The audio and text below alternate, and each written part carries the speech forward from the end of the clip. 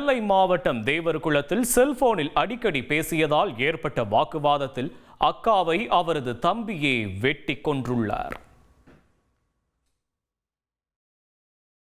நெல்லை மாவட்டம் தேவர்குளம் பகுதியைச் சேர்ந்த கண்ணன் தனது தாயுடன் வெளியூரில் தங்கி தின்பண்டம் வியாபாரம் செய்து வந்துள்ளார். வீட்டில் அவரது அக்கா ராதிகாவும் தந்தையும் வசித்து வந்த நிலையில் கண்ணன் பொங்கல் கொண்டாட தனது தாயுடன் வீட்டிற்கு சென்றுள்ளார். இந்நிலையில் ராதிகா அடிக்கடி ஒரு ஆணுடன் செல்போனில் பேசி வருவதை கவனித்த கண்ணன் அவரிடம் இதுகுறித்து கேட்டுள்ளார். பெற்றோர் வீட்டில் இல்லாத நேரத்தில் இது தொடர்பாக கண்ணனுக்கும் ராதிகாவுக்கும் வாக்குவாதம் ஏற்பட்ட நிலையில் அரிவாளை எடுத்து ராதிகாவை கண்ணன் வெட்டி கொன்றுள்ளார். விசாரணை மேற்கொண்ட போலீசார் கண்ணனை கைது செய்தனர். நடிகை பூஜா ஹெக்டே கேரவனில் அநாகரிகமாக நடந்து கொண்ட நடிகரை அறைந்த சம்பவத்தை தற்போது பகிர்ந்திருக்கிறார். நட்சத்திர நடிகையான பூஜா ஹெக்டே அவங்க கேரவன்ல இருக்கும்போது அத்துமீறி நுழைஞ்சு தொட முயன்ற ஒரு பிரபல நடிகரை அரைஞ்சதா தெரிவிச்சிருக்காங்க. தான் ஒரு பேன் இந்தியா படத்துல நடிச்சபோது இந்த சம்பவம் நிகழ்ந்ததாகவும் அதுக்கப்புறம் அந்த நடிகரோட தான் மீண்டும் நடிக்கல அப்படின்னு சொல்லியிருக்காங்க. கேரளாவில் திருமண கோஷ்டியினர் சென்ற தனியார் பேருந்து திடீரென தீப்பற்றி எரிந்த சம்பவம் பரபரப்பை ஏற்படுத்தியது.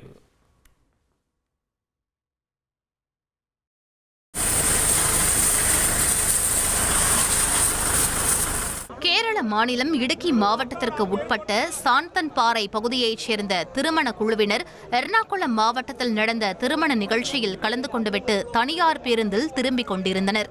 கோதமங்கலம் பகுதியில் வந்தபோது திடீரென பேருந்திலிருந்து புகை வெளியேற தொடங்கியது. இதையடுத்து சுதாரித்த ஓட்டுநர் உடனடியாக அனைவரையும் கீழே இறங்க செய்தார். மறுநொடியே பேருந்து முழுவதும் தீப்பற்றியது. சம்பவ இடத்திற்கு வந்த தீயணைப்பு வீரர்கள் நீண்ட நேரம் போராடி தீயை அணைத்தனர். பேருந்து ஓட்டுநரின் சாதுரியத்தால் பேருந்தில் இருந்த அனைவரும் அதிர்ஷ்டவசமாக உயிர் தப்பிய நிலையில் இதுகுறித்து போலீசார் விசாரணை மேற்கொண்டு வருகின்றனர்.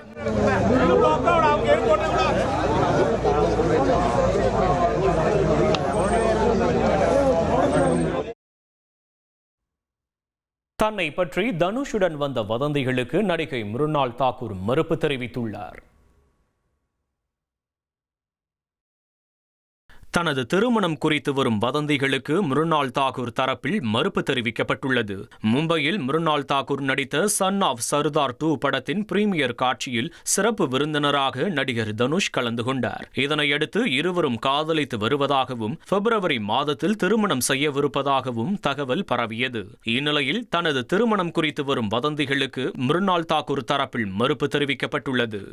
பேருந்து நிறுத்தம் இல்லாத இடத்தில் பேருந்தை நிறுத்த சொல்லி வாக்குவாதத்தில் ஈடுபட்ட பெண் ஓட்டுநரை தாக்கியுள்ளார்.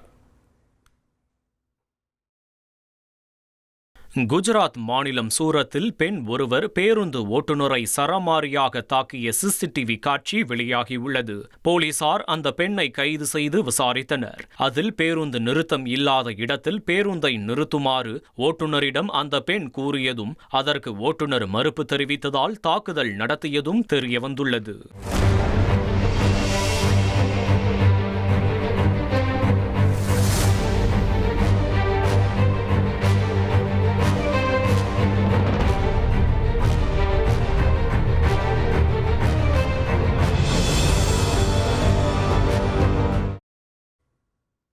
உத்தரப்பிரதேச மாநிலம் பரேலியில் கடனை திருப்பி கேட்ட பட்டியலின இளைஞருக்கு மொட்டையடித்து கொடுமைப்படுத்திய சம்பவம் அதிர்ச்சியை ஏற்படுத்தியுள்ளது.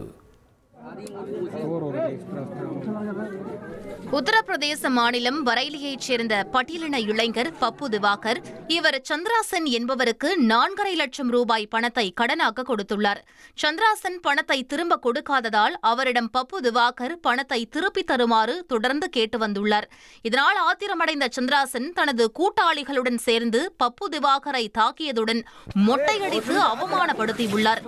இது தொடர்பான வீடியோ வெளியாகி அதிர்ச்சியை ஏற்படுத்திய நிலையில் சந்திராசன் மற்றும் அவரது கூட்டாளிகளை போலீசார் கைது செய்துள்ளனர்.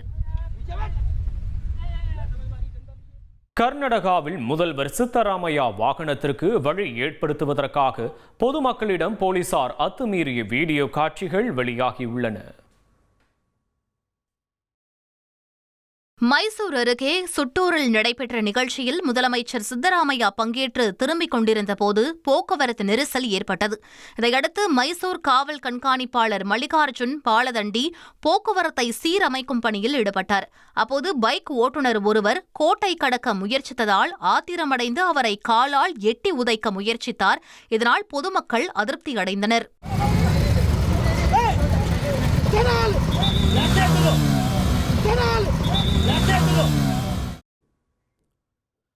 உத்தரப்பிரதேசத்தில் ஓடும் ரயிலில் குழந்தையுடன் ஏற முயன்றவர் தவறி விழுந்த நிலையில் காவலர் ஒருவர் தக்க சமயத்தில் அவர்களை காப்பாற்றியுள்ளார். பிரயாக்ராஜ் ரயில் நிலையத்தில் பயணி ஒருவர் ஓடும் ரயிலில் தனது குழந்தையுடன் ஏற முயற்சித்தார். கையில் குழந்தையுடன் ஏற முயற்சித்து அந்த நபர் தடுமாறுவதை பார்த்த அங்கிருந்தவர்கள் அதிர்ச்சியடைந்தனர். அப்போது ரயில்வே காவலர் ஒருவர் துரிதமாக செயல்பட்டு ஓடி சென்று அவர்களை காப்பாற்றினார். சரியான நேரத்தில் இருவரையும் காப்பாற்றிய காவலரை அனைவரும் பாராட்டி வருகின்றனர்.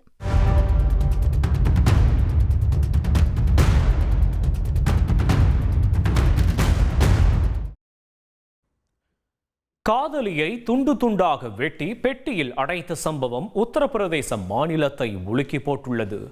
உடலை எரித்து சாம்பலாக்கிய காதலன் விசாரணையில் வசமாக சிக்கியது எப்படி? கணவரை பிரிந்து கள்ளக்காதலனை நம்பி வாழ வந்த இளம்பெண்தான் தற்போது இந்த இரும்பு பெட்டிக்குள் சாம்பலாக கிடக்கிறார்.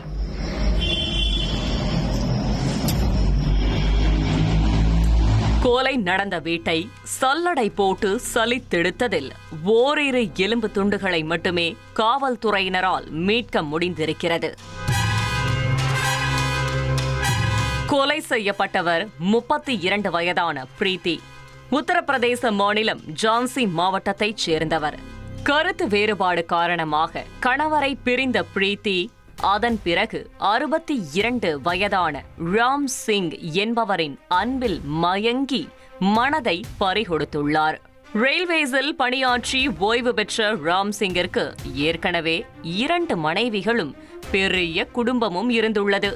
இந்த சூழலில்தான் வயதான காலத்தில் இளம் பெண்ணின் அழகில் மயங்கிய ராம் சிங் 3ஆவதாக பிரீத்தியையும் திருமணம் செய்து கொள்வதாக வாக்குறுதி கொடுத்துள்ளார். அதன் காரணமாக லெஹர்கான் எனும் பகுதியில் வாடகை வீடெடுத்து அதில் பிரீத்தியை தங்க வைத்த ராம் சிங் அந்த இளம் பெண்ணுடனும் ரகசியமாக தனி குடித்தனம் நடத்தி வந்திருக்கிறார். ஆரம்பத்தில் தென்றலாக அனுபவித்த இவர்களின் உறவில் திடீரென புயல் வீச தொடங்கியிருக்கிறது. பிரீத்தி வேறு சிலரோடும் தொடர்பில் இருப்பதாக ராம் சிங்கிற்கு சந்தேகம் எழுந்திருக்கிறது. அதனால் காதலியை பிரிந்துவிட வேண்டுமென முடிவெடுத்துள்ளார். காதலனின் இந்த துரோகத்தால் ஏமாற்றமடைந்த பிரீத்தி சிங் தன்னை நம்ப வைத்து கழுத்தறுத்து விட்டதாக கூறி ராம் சிங்கிடம் தொடர்ந்து சண்டை சச்சரவில் ஈடுபட்டு வந்துள்ளார். அதோடு தன்னுடைய மன உளைச்சலுக்கு நஷ்ட ஈடாக ஒரு செட்டில்மெண்ட் தொகையும் கேட்டதாக சொல்லப்படுகிறது. ஒரு கட்டத்தில் இவர்களின் பிரச்சனை பூதாகரமாக வெடித்து கடைசியில் அது பிரீத்தி சிங்கின் படுகொலையில் சென்று முடிந்திருக்கிறது. காதலியை தீர்த்து கட்டிய பிறகு அவருடைய உடலை மறைப்பதற்கு திட்டம் போட்ட ராம் சிங் நீல நிறத்திலான பெரிய இரும்பு பெட்டியை வாங்கி வந்துள்ளார்.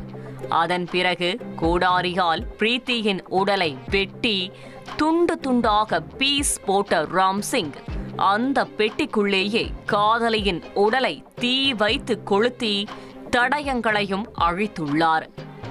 இந்த கொலை சம்பவம் நடந்து 1 வாரத்திற்கு பிறகு வாடகை வீட்டிலிருந்த இரும்பு பெட்டியையும் பிரீத்தியின் சாம்பலையும் லோடு ஆட்டோ மூலம் அப்புறப்படுத்த முயன்றபோதுதான் ராம் சிங் வசமாக சிக்கி உள்ளதும் விசாரணையில் தெரிய வந்திருக்கிறது. நடந்த சம்பவம் தொடர்பாக கொலை வழக்கு பதிவு செய்த காவல்துறையினர் ராம் சிங்கை கைது செய்துள்ளனர். மேலும் இந்த சம்பவத்தில் வேறு யாருக்காவது தொடர்பு உள்ளதா என்கிற கோணத்திலும் தீவிர விசாரணை மேற்கொண்டு வருகின்றனர். சேலம் மாவட்டம் ஓமலூர் அருகே பலரை மிரட்டி அடியாட்கள் மூலம் பணம் பறித்து வந்த போலி பெண் வழக்கறிஞர் உட்பட 9 பேர் கொண்ட கும்பலை போலீசார் கைது செய்தனர்.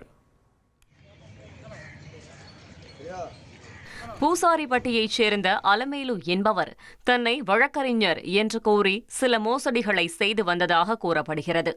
பணம் கொடுக்கல் வாங்கல் புகாருக்கு வருபவர்களை தனது வீட்டிற்கு வரவழைத்து தனிமையில் இருப்பதைப் போல் வீடியோ எடுத்து தனது அடியாட்கள் மூலம் மிரட்டி பணம் பறித்ததாக புகார் எழுந்தது. இந்நிலையில் பாதிக்கப்பட்டவர்கள் அளித்த புகாரின் பேரில் அலமேலு மற்றும் கொலை வழக்கில் தொடர்புடைய சின்னக்குட்டி, பெரியகுட்டி, கௌதம், சேட்டு ஸ்ரீதர் ஆகியோரை போலீசார் கைது செய்து சிறையில் அடைத்தனர். ஏற்கனவே அலமேலு தலைமையில் செயல்பட்டு போலீசை மிரட்டி பணம் பறித்த வழக்கில் விசிகவைச் சேர்ந்த முருகேசன், செல்வம் உள்ளிட்ட 4 பேரை போலீசார் கைது செய்து சிறையில் அடைத்துள்ளது குறிப்பிடத்தக்கது. நெல்லை அருகே மீனவ கிராமத்தினர் கடற்கரையில் இறங்கி போராட்டம் நடத்தியதால் பரபரப்பு ஏற்பட்டது. நெல்லை மாவட்டம் கூத்தங்குழியைச் சேர்ந்த மீனவர்கள் புதிதாக தூண்டில் வளைவு அமைத்து தரக்கோரி போராட்டம் நடத்தினர். கடந்த 10 ஆண்டுகளுக்கு முன் அமைக்கப்பட்ட தூண்டில் வளைவு முறையாக அமைக்கப்படவில்லை என்றும் இதனால் கடல் அரிப்பு ஏற்பட்டு படகுகளை கரையில் நிறுத்த முடியாத சூழல் ஏற்படுவதாகவும் அவர்கள் குற்றம் சாட்டினர். கன்னியாகுமரி மாவட்டத்தில் கட்டுப்பாட்டை இழந்த லாரி அடுத்தடுத்து 6 வாகனங்கள் மீது மோதிய விபத்தில் ஒருவர் பரிதாபமாக உயிரிழந்தார். கேரளாவிலிருந்து வந்து கொண்டிருந்த மீன் லாரி மார்த்தாண்டம் இரும்பு மேம்பாலம் பகுதியில் கட்டுப்பாட்டை இழந்தது. அந்த லாரி எதிரே வந்த மினி டெம்போ, இருசக்கர வாகனம், 2 கார்கள், கனிமம் ஏற்றி வந்த 2 லாரிகளில் மோதி நின்றது. இந்த விபத்தால் மினி டெம்போவின் முன்பாகம் நசுங்கி ஓட்டுநர் உள்ளேயே சிக்கிக் கொண்டார். அவரை தீயணைப்பு துறையினர் போராடி மீட்டனர். மேலும் லாரி மோதியதால் இருசக்கர வாகனத்திலிருந்து தூக்கி வீசப்பட்ட சாத்தன்கோடு பகுதியைச் சேர்ந்த ரமேஷ் மருத்துவமனைக்கு கொண்டு செல்லும் வழியிலேயே பரிதாபமாக உயிரிழந்தார். சிலி நாட்டில் ஏற்பட்டுள்ள காட்டுத்தீயில் சிக்கி 18 பேர் உயிரிழந்த நிலையில் தீயை அணைக்கும் பணி முடுக்கிவிடப்பட்டிருக்கிறது. தென் அமெரிக்க நாடுகளில் ஒன்றான சிலியில் காட்டுத்தீயில் சிக்கி 18 பேர் உயிரிழந்தனர். சிலியில் பாபியோ மற்றும் நோபல் ஆகிய நகர்ப்புற பகுதிகளுக்கும் காட்டுத்தீ பரவியுள்ளது. இதனால் பல பகுதிகள் புகை மண்டலமாக காட்சியளித்தது. இதையடுத்து தீயணைப்பு பணிகள் முடுக்கிவிடப்பட்டுள்ளன.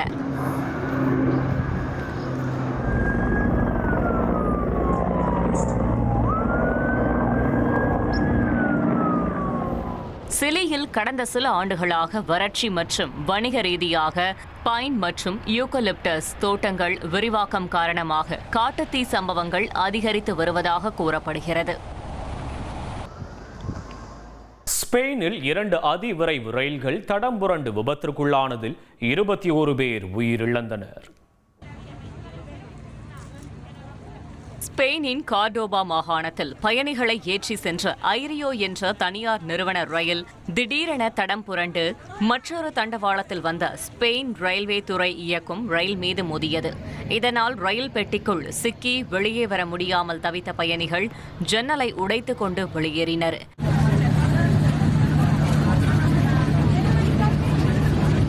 இந்த விபத்தில் 21 பேர் உயிரிழந்த நிலையில் 100க்கும் மேற்பட்டோர் காயமடைந்தனர். ராஜஸ்தானில் கனரக வாகனமும் கேஸ் டேங்கரும் மோதி விபத்திற்குள்ளானதில் கேஸ் டேங்கர் தீக்கிரையானது. கோத்புலி பகுதியில் நள்ளிரவில் ஏற்பட்ட இந்த தீ விபத்து காரணமாக வாகன நெரிசல் ஏற்பட்டது. தகவல் அறிந்த தீயணைப்பு துறையினர் தண்ணீரை பீச்சி அடித்து தீயை அணைத்தனர். நல் வாய்ப்பாக டேங்கரில் கேஸ் ஏதும் இல்லாததால் பெரும் அசம்பாவிதம் தவிர்க்கப்பட்டது. கோபிச்செட்டிப்பாளையம் அருகே குடும்ப தகராறில் துப்பாக்கியால் சுட்டு அச்சுறுத்திய அதிமுக பிரமுகரை பிடித்து போலீசார் விசாரணை மேற்கொண்டு வருகின்றனர். ஈரோடு மாவட்டம் ஆண்டவர்மலை பகுதியைச் சேர்ந்த கோபிநாத் அதிமுக மாணவரணி பொறுப்பாளராக இருந்து வருகிறார். இந்நிலையில் மதுபோதையில் வீட்டிற்கு சென்றதால் கோபிநாத்திற்கும் அவரது மனைவி பிருந்தாவுக்கும் வாக்குவாதம் ஏற்பட்டதாக கூறப்படுகிறது. இதுகுறித்து பிருந்தா தனது பெற்றோரிடம் கூறியுள்ளார். இதையடுத்து பிருந்தாவின் தந்தையும் சகோதரரும் அங்கு சென்ற நிலையில் அவர்களிடம் கோபிநாத் வாக்குவாதத்தில் ஈடுபட்டதாக கூறப்படுகிறது. தொடர்ந்து உரிமம் பெற்ற தனது துப்பாக்கியை எடுத்து பயமுறுத்திய அவர் வானத்தை நோக்கி 3 முறை சுட்டார். சுட்டுள்ளார். அதிர்ச்சியடைந்த பிருந்தாவின் சகோதரர் போலீசாருக்கு தகவல் தெரிவித்ததை அடுத்து கோபிநாத்தை பிடித்து போலீசார் விசாரணை மேற்கொண்டு வருகின்றனர். சேலம் அருகே தகாத உறவை கைவிடாத மனைவியை மகன் மற்றும் உறவினர்களுடன் சேர்ந்து கணவன் கொலை செய்த சம்பவம் பரபரப்பை ஏற்படுத்தியுள்ளது. சேலம் சங்ககிரி பகுதியைச் சேர்ந்த தவசியப்பன் கனகவள்ளி தம்பதிக்கு 18 வயதில் கார்த்திக் என்கின்ற மகனும் ஒரு மகளும் உள்ளனர். கனகவள்ளிக்கு வேறு ஒருவருடன் தகாத உறவு இருந்ததாக கூறப்படும் நிலையில் இது தொடர்பாக கணவன் மனைவிக்கிடையே பிரச்சனை இருந்து வந்துள்ளது. இந்நிலையில் மகன் கார்த்தி மற்றும் உறவினர்களுடன் சேர்ந்து கனகவள்ளியை கொலை செய்ய தவசியப்பன் திட்டம் தீட்டியுள்ளார். அதன்படி உறவினர் வீட்டிற்கு அழைத்து கனகவள்ளியை கொலை செய்து புதைத்துள்ளனர். கனகவள்ளி வீடு திரும்பாததால் மகள் அளித்த புகாரின் பேரில் போலீசார் விசாரணை மேற்கொண்ட நிலையில் தவசியப்பன், கார்த்தி உட்பட 5 பேர் கைது செய்யப்பட்டனர். ஜெயங்கொண்டம் அருகே பள்ளிக்கு தாமதமாக வந்ததால் ஆசிரியர்களும் வெளியே நிறுத்தப்பட்டது அதிர்ச்சியை ஏற்படுத்தியுள்ளது. அரியலூர் மாவட்டம் உடையார்பாளையம் அரசு பெண்கள் மேல்நிலைப் பள்ளியில் தாமதமாக வந்ததால் மாணவர்களுடன் ஆசிரியர்களும் வெளியில் நிறுத்தப்பட்டனர். தொடர் விடுமுறை முடிந்து பள்ளி திறக்கப்பட்ட நிலையில் காலை தமிழ்தாய் வாழ்த்து ஆரம்பிக்கப்பட்டதால் கேட் மூடப்பட்டது. அப்போது தாமதமாக வந்த மாணவர்களும் ஆசிரியர்களும் வெளியே நிறுத்தப்பட்டனர். பின்னர் தலைமை ஆசிரியரின் கண்டிப்புடன் அனைவரும் உள்ளே அனுமதிக்கப்பட்டனர். விழுப்புரத்தில் வீட்டின் பூட்டை உடைத்து 20 சவரன் தங்க நகைகள், 2 கிலோ வெள்ளி மற்றும் 1,27,000 ரூபாய் ரொக்க பணத்தை மர்ம நபர்கள் திருடி சென்றுள்ளனர். விழுப்புரம் அபிதா கார்டனில் வசித்து வரும் தீபக்குமாரின் குடும்பத்தினர் பொங்கல் பண்டிகையை கொண்டாடுவதற்கு காங்கேயனூருக்கு சென்றிருந்தனர். ஞாயிற்றுக்கிழமை வீட்டிற்கு வந்து பார்த்தபோது வீட்டின் முன்பக்கமும் பின்பக்கமும் உள்ள கதவுகள் உடைக்கப்பட்டிருந்ததை கண்டு அதிர்ச்சி அடைந்தனர். உள்ளே சென்று பார்த்தபோது வீட்டில் இருந்த நகைகள், வெள்ளி மற்றும் ரொக்க பணம் ஆகியவை திருடு போனது தெரிய வந்தது. இந்த சம்பவம் குறித்து விழுப்புரம் போலீசார் வழக்கு பதிவு செய்து விசாரணை நடத்தி வருகின்றனர். சமீப காலமாக Villupuram Vazhudareddy housing board, NGO colony உள்ளிட்ட பகுதிகளில் தொடர்ச்சியாக திருட்டு சம்பவங்கள் நடைபெறுவதால் பொதுமக்கள் அச்சத்தில் உள்ளனர். மதுரை அருகே டயர் கழன்று அரசு பேருந்து விபத்தில் சிக்கியதில் 15க்கும் மேற்பட்டோர் காயமடைந்தனர். மதுரையிலிருந்து பழனி நோக்கி அரசு பேருந்து சென்று கொண்டிருந்த போது சமயநல்லூர் அருகே கட்டப்புலி நகர் என்னும் இடத்தில் ஓட்டுநர் பிரேக் பிடித்துள்ளார். அப்போது பேருந்தின் 2 டயர் திடீரென கழன்று சாலையில் ஓடியது. இதனால் நிலை தடுமாறி பேருந்து கவிழ்ந்து விபத்திற்குள்ளான நிலையில் பேருந்தில் பயணித்த 15க்கும் மேற்பட்டோர் விபத்தில் காயமடைந்தனர். தொடர்ந்து அவர்களை சிகிச்சைக்காக மதுரை ராஜாஜி அரசு மருத்துவமனைக்கு அங்கிருந்தவர்கள் அனுப்பி வைத்தனர். விபத்து குறித்து போலீசார் விசாரணை நடத்தி வரும் நிலையில் பேருந்தின் டயர் திடீரென கழன்ற சம்பவம் அப்பகுதியில் பரபரப்பை ஏற்படுத்தியுள்ளது.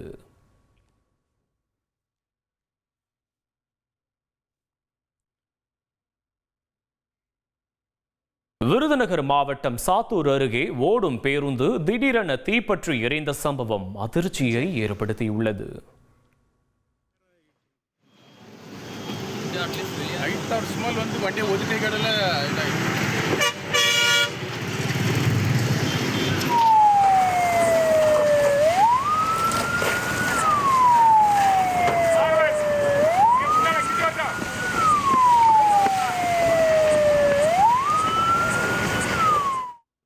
பயணிகள் அனைவரும் உடனடியாக கீழே இறங்கியதால் பெரும் அசம்பாவிதம் தவிர்க்கப்பட்டது.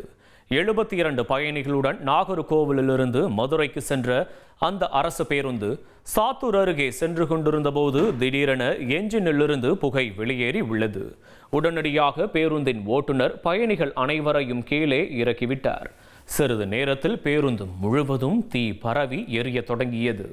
தகவலறிந்து வந்த சாத்தூர் தீயணைப்பு துறையினர் நீண்ட நேரம் போராடி தீயை கட்டுக்குள் கொண்டு வந்தனர். இந்த சம்பவம் குறித்து வச்சக்காரப்பட்டி காவல் நிலைய போலீசார் விசாரணை நடத்தி வருகின்றனர். உதகை அருகே சிறுத்தை உலாவுவது பரபரப்பை ஏற்படுத்தியுள்ளது. உதகை அருகே மருத்துவமனை வளாகத்தில் சிறுத்தை நடமாடியதால் பொதுமக்கள் பீதியடைந்துள்ளனர். இரை தேடி சுற்றித் திரிந்த சிறுத்தை அங்கிருந்து வெளியேறியதை பொதுமக்கள் செல்போனில் வீடியோ எடுத்துள்ளனர். மருத்துவமனை வளாகத்துக்கே சிறுத்தை வந்ததால் அசம்பாவிதம் ஏற்படும் முன் அதை கூண்டு வைத்து பிடிக்க வனத்துறையினர் நடவடிக்கை எடுக்க வேண்டும் என பொதுமக்கள் கோரிக்கை விடுத்துள்ளனர்.